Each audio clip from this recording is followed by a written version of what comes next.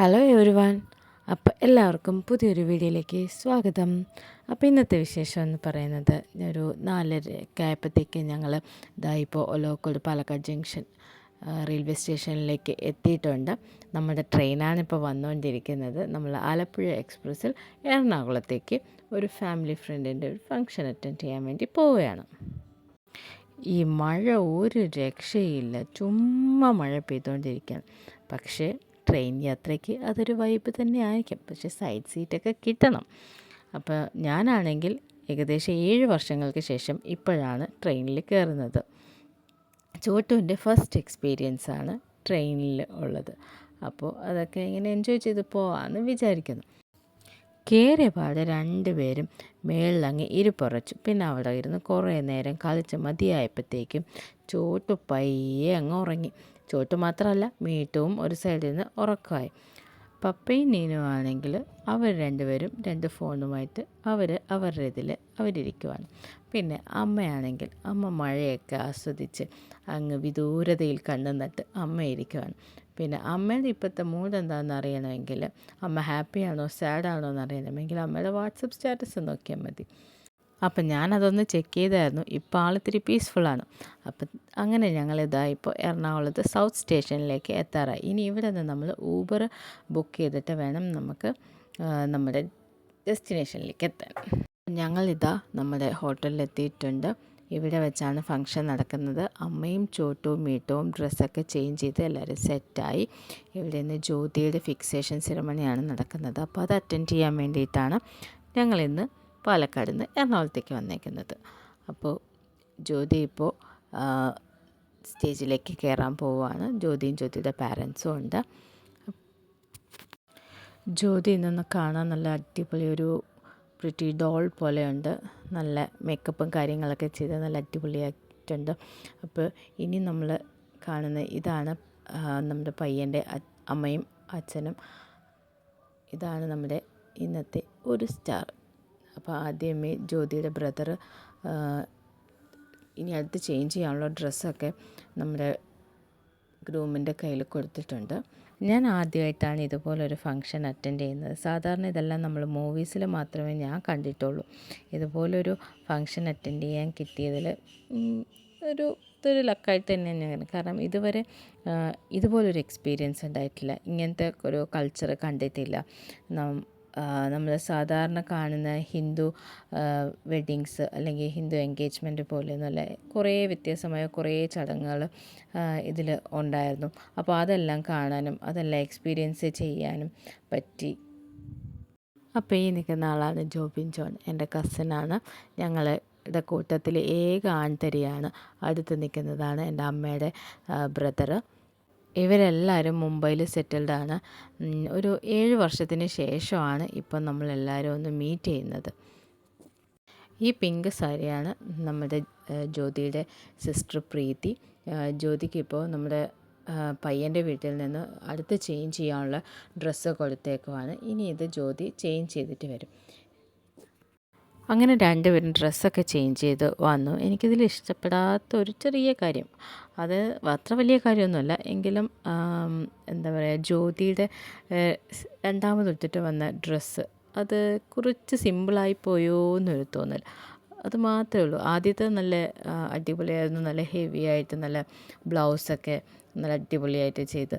രണ്ടാമത്തെ ഡ്രസ്സെന്ന് പറയുന്നത് ഭയങ്കര സിമ്പിളായിട്ടുള്ള ഡ്രസ്സ്. അതിൽ ഒരു നമുക്ക് പെട്ടെന്ന് ഇതാണ് ഇന്ന് എൻഗേജ്മെൻറ്റ് നടക്കാൻ പോകുന്ന പെൺകുട്ടി എന്നൊന്നും നമുക്കൊരു ഫീല് വരാത്ത രീതിയിൽ ഒരു സിമ്പിളായിട്ടുള്ള ഒരു ഡ്രസ്സായിരുന്നു. ഇനി അത് അവരുടെ ചടങ്ങിൻ്റെ ഭാഗമാണോ എന്ന് എനിക്കറിയില്ല. പക്ഷേ കുറച്ചും കൂടി ഹെവി ആവാമായിരുന്നു എന്നെനിക്ക് തോന്നി. ഇവിടെ എല്ലാം ഇപ്പോൾ എൻഗേജ്മെൻറ്റ് റിങ് പയ്യൻ ഇട്ട് കൊടുക്കുന്നത് പെൺകുട്ടിയുടെ സഹോദരനാണ്. അതുപോലെ പെൺകുട്ടിയുടെ കയ്യിൽ എൻഗേജ്മെൻറ്റ് റിങ് ഇട്ട് കൊടുക്കുന്നത് നമ്മുടെ പയ്യൻ്റെ സഹോദരി. അങ്ങനെയാണ് സാധാരണ കാണുന്നതിൽ നിന്നൊരു വ്യത്യാസം. അങ്ങനെ കുറേ വ്യത്യസ്തമായ കുറേ അവരുടെ ആചാരങ്ങളൊക്കെ കാണാൻ പറ്റി. അടിപൊളിയായിരുന്നു.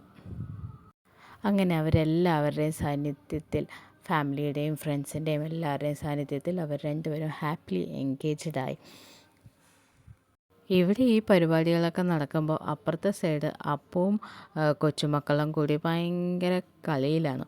അപ്പൂനെ അങ്ങനെ എപ്പോഴും ഒന്നും ഇവർക്ക് കളിക്കാൻ കിട്ടാത്തതുകൊണ്ട് ഇപ്പോൾ അവർ അപ്പൂനെ നല്ല മാക്സിമം യൂസ് ചെയ്യുന്നുണ്ട്. അങ്ങനെ നമ്മുടെ ഫാമിലിയുടെ കൂടെ കുറച്ച് നിമിഷങ്ങൾ വീണ് കിട്ടിയത് അത് നല്ല രീതിയിൽ ഞങ്ങൾ ആസ്വദിച്ചുകൊണ്ടിരിക്കുകയാണ്. ആകപ്പാടെ നമുക്ക് കുറച്ച് ടൈം കിട്ടിയുള്ളൂ എങ്കിലും അടിപൊളിയായിരുന്നു. ഇതാണ് അങ്കിളും അങ്കിളുടെ വൈഫ് റോസി ആൻറ്റിയും.